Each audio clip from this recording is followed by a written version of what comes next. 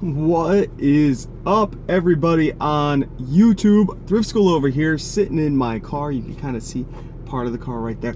But we are right out front of Goodwill. I will show you guys right now. There it is, Goodwill.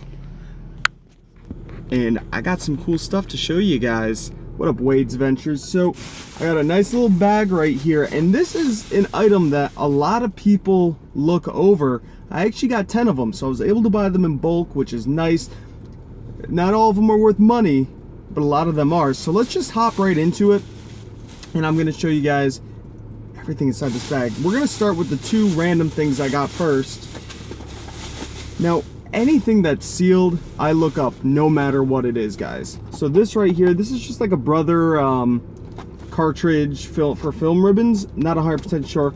Only paid $1. I'm gonna make about $3.50 after fees, so it's definitely not a home run, but it is pretty sweet to just get a quick $3 right when you walk in. You're like, okay, we got money, everything's good. Next, we got SpongeBob. Now, a lot of SpongeBob games, guys, are worth good money. So this one right here is called SpongeBob SquarePants Globs of Doom. I paid $3 for it, and the great thing is, it's complete. The case is wrecked, so I'll just slide it into a different PS2 case that I have backup, and it will look really nice. I can sell it as very good condition. Disc is great condition. I also have a disc resurfacer. I have one of those JFJ Easy Pros, so that should clean this up real nice if it needed to be cleaned, but it doesn't need to. So when I was saying SpongeBob games sell really well, guys, this one is going for about $14 to $15, and then there's SpongeBob SquarePants Battle for Bikini Bottom, which goes for like $20 to $30, and then there's just a whole bunch of SpongeBob games that are just worth some money. So I highly recommend looking into those. And now for the stuff that not a lot of people pick up. I pick them up quite often whenever I can find them. Now there is a little bit of testing when it comes into this. You want to really take your time with it. So a lot of people don't like to spend all the extra time doing this, but I personally don't mind. So what we have here are a bunch of vinyl records. So if you watch other people on YouTube, I know Global Voodoo does records. I don't know if people like Raken and all of them do records. I don't believe so, but I still pick them up whenever I can. We're just going to go through a few of the titles right here so you can kind of have an idea of what sells, what to keep an eye out for. First one we have here is just George Harrison. This is just, I paid $1 a piece for these also. So there's really nothing special I could say about this. I had to look it up. I had no idea it would actually be worth some money, but it is. Now these are things that I really look out for. So here's one right here, the Eagles, their greatest hits. I try to find things that say their greatest hits, best of, collection, things like that. They always seem to do better because it's all of the best songs compiled onto one record, so people don't have to go out and buy, 5 or 6 different records to get all their favorite songs. Jason White says he hears records sell best on Etsy. Now, I have heard of a lot of people actually selling their records on Etsy. I personally don't sell on Etsy. I sell on Amazon and eBay. So I do pretty much all of them through Amazon. Now, I don't know if they're going to be making records restricted like how they've done with CDs. I really hope not, because half of these aren't even in print anymore. They'd be impossible to get. So next, we have the Charlie Daniels Band, Fire on the Mountain. Now, this actually isn't worth anything too much. I got it for myself just because... Oh, well, no. Oh, I grabbed both. I meant to only grab one, but I got them both. This is also Charlie Daniels Band. I got it because it has Devil Went Down to Georgia, and I really like that song. And I figured it'd just be cool to have, and I really like the artwork on them, so I just got them. They were only $1 each, right? Here we go. This is not too shabby. James Taylor, Sweet Baby James. This is good, and it's nice when, especially on the front. Now, it is peeling a little bit there. That's no big deal. You do want to make sure that they're in good shape. This one didn't have a record sleeve, but the record itself had no scratches or anything like that on it, so that's good. Here we go. This is the kind of stuff I'm talking about. Right here, Elton John. See up here? Greatest hits. That means it's going to sell for a little bit more, and I actually found 2 of them. Greatest hits. Those kind of things always sell. Here's another perfect example of exactly what I'm trying to tell you guys. This is the best of Joe Walsh. So you definitely want to look for best ofs. You want to look for greatest hits. I can't reiterate that anymore. Hey, thanks Wade Ventures. We got a super chat from Wade's Ventures for $2. Thanks, man. Hi, definitely appreciate that, for real. I am dropping some knowledge right here. So we have Genesis Invisible Touch. So this is nothing I can really see that's very special about it, nothing unique. Doesn't say best of, doesn't say greatest hits. On the back, it just shows the songs, but there is a barcode. Now, I find barcodes on a lot of records. I do. Do I scan them? No, never.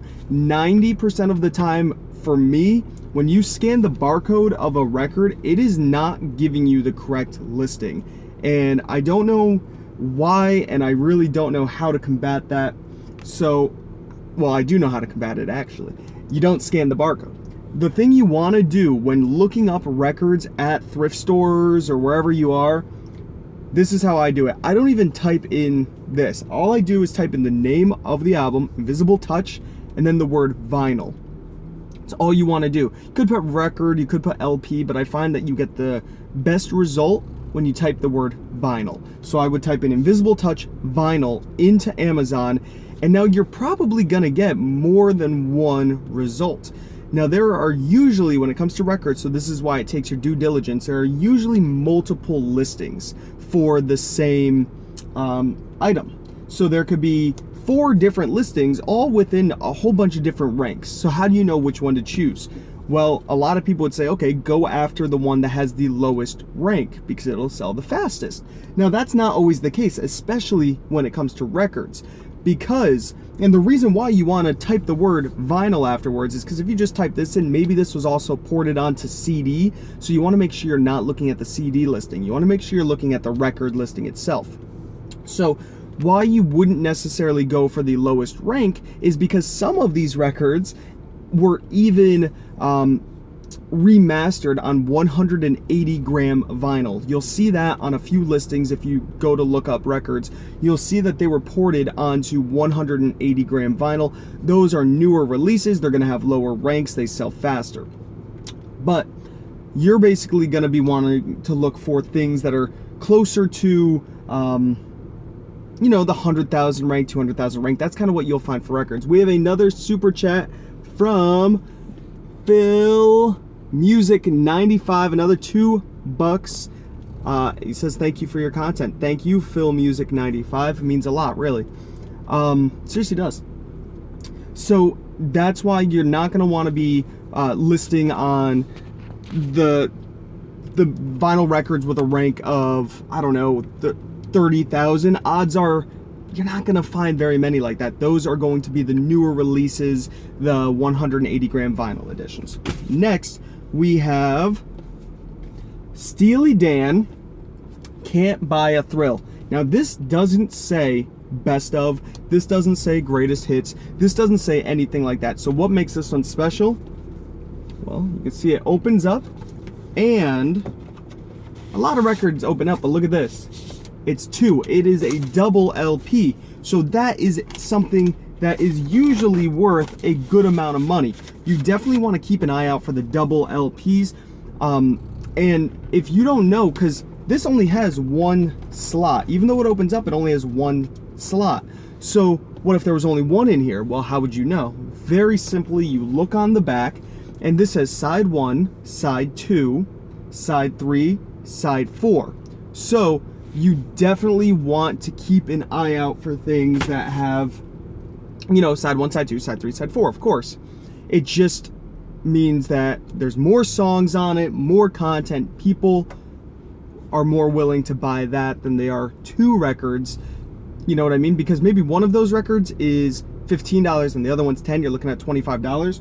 Or this single guy right here is only $20. So the majority of these records that I'm showing you guys aren't home runs. These aren't gonna make me $40, $50 a pop. There's a couple in here that are only gonna make me between $5 and $7, but there are a few in here that are going to make me over 10. And that's kind of what you're gonna find with records. Amazon just very recently upped all their media fees and all that stuff. Now, for a record that I used to make $10 on, I'm only making about $6 on now. So it is quite a difference. Let's say you sell one for $15. you're only getting about $5 after fees, maybe $6. And that is before your buy cost. So Amazon has really kind of made it a little more difficult, but with these tips that I just gave you guys, I mean, you should be able to find certain ones when you're out and about. Remember not to just pick them all up. If you see them for $1 a piece, there's so many that aren't worth anything. I skipped over so many.